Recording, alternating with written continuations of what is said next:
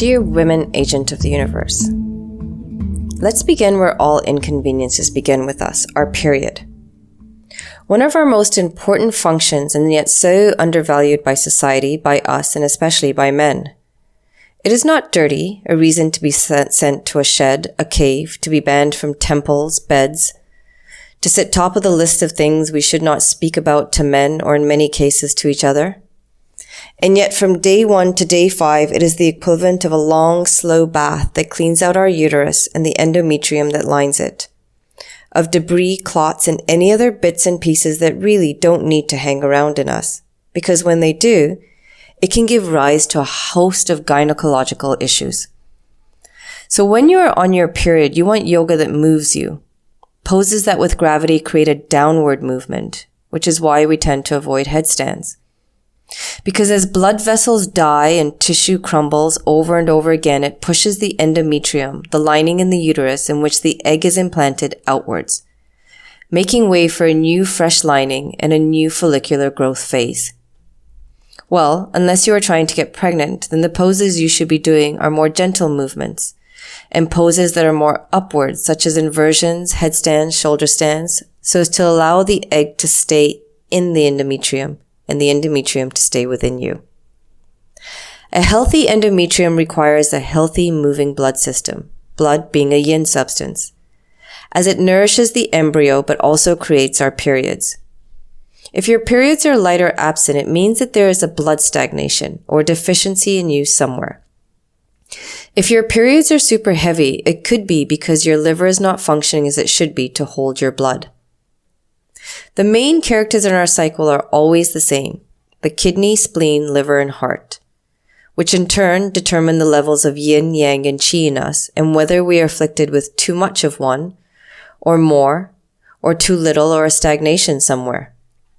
They manifest themselves through many avenues, but the main ones are cold, heat, sharp pain, dull pain.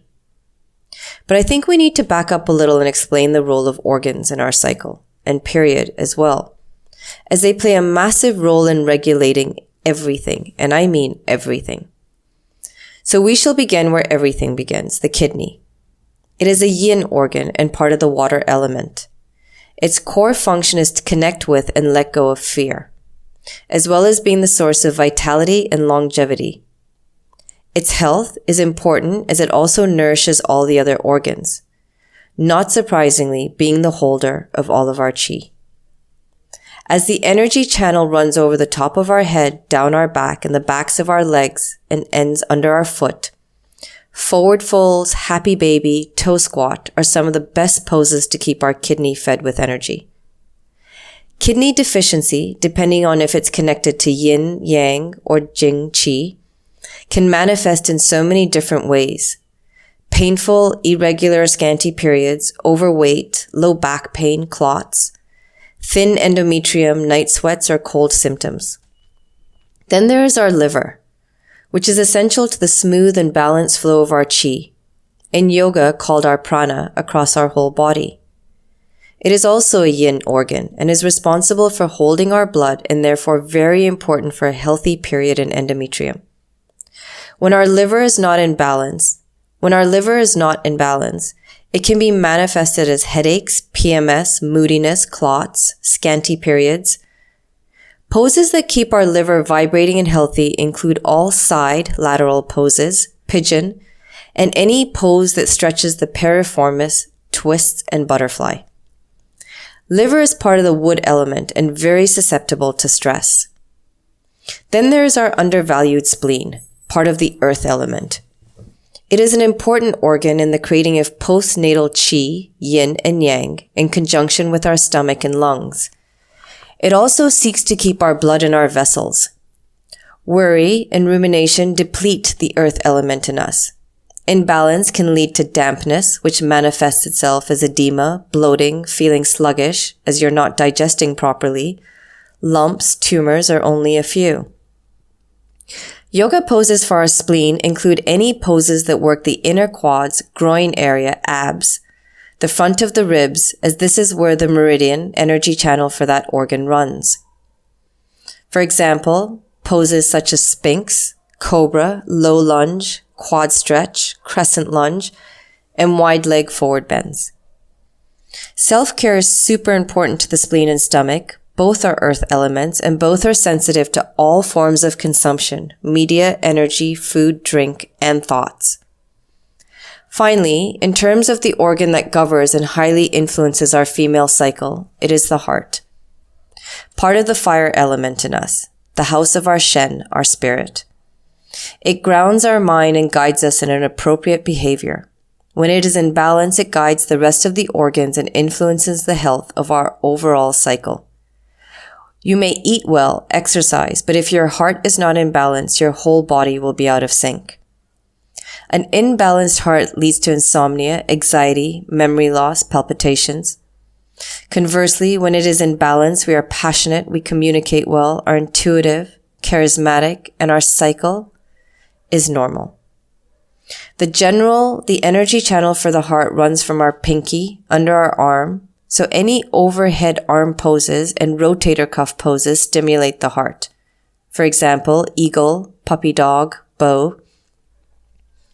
As the heart speaks to everything, a balanced heart is important to ensure everything happens on time. The development of the egg, the lining, ovulation, as it directly influences our hypothalamus and pituitary glands, which control the hormones that influence and define our cycle. So coming back to our first phase, our period, the important thing here is to move, to clear out the uterus completely before the start of the next cycle. Like a triathlon, you don't want to start a new one with a worn-out bicycle that is not lubricated or clean. Then there is phase 2, the follicular stage that runs from day 6 to 11. It is the stage at which we do yin yoga to nourish the follicles that will house our eggs, as well as the blood and blood vessels in our ovary area. But let's take a pause here and explain exactly what happens in phase 2 in that jungle known as our reproductive system. 15 or more follicles will grow in our ovaries and each will house an egg. However, only 1 or 2 eggs will become dominant and only 1 will be released in 99% of the cases. Follicles are small sacs filled with fluid inside our ovaries. We are born with around 30 to 40,000 of them. To start this process, our hypothalamus will speak to our pituitary gland to release the hormone FSH, follicle stimulating hormone. As this starts to happen, our ovaries eventually pitch in and tell our hypothalamus to speak to its posse to release estrogen, which increases the lining of our endometrium. Therefore, healthy amounts of estrogen in our body are very important to a healthy endometrium. But it also asks the hypothalamus to speak to the pituitary to decrease the FSH hormone, so that all the energy may not be going into focusing on the development of all 15 follicles, but just 1 or 2 of them instead.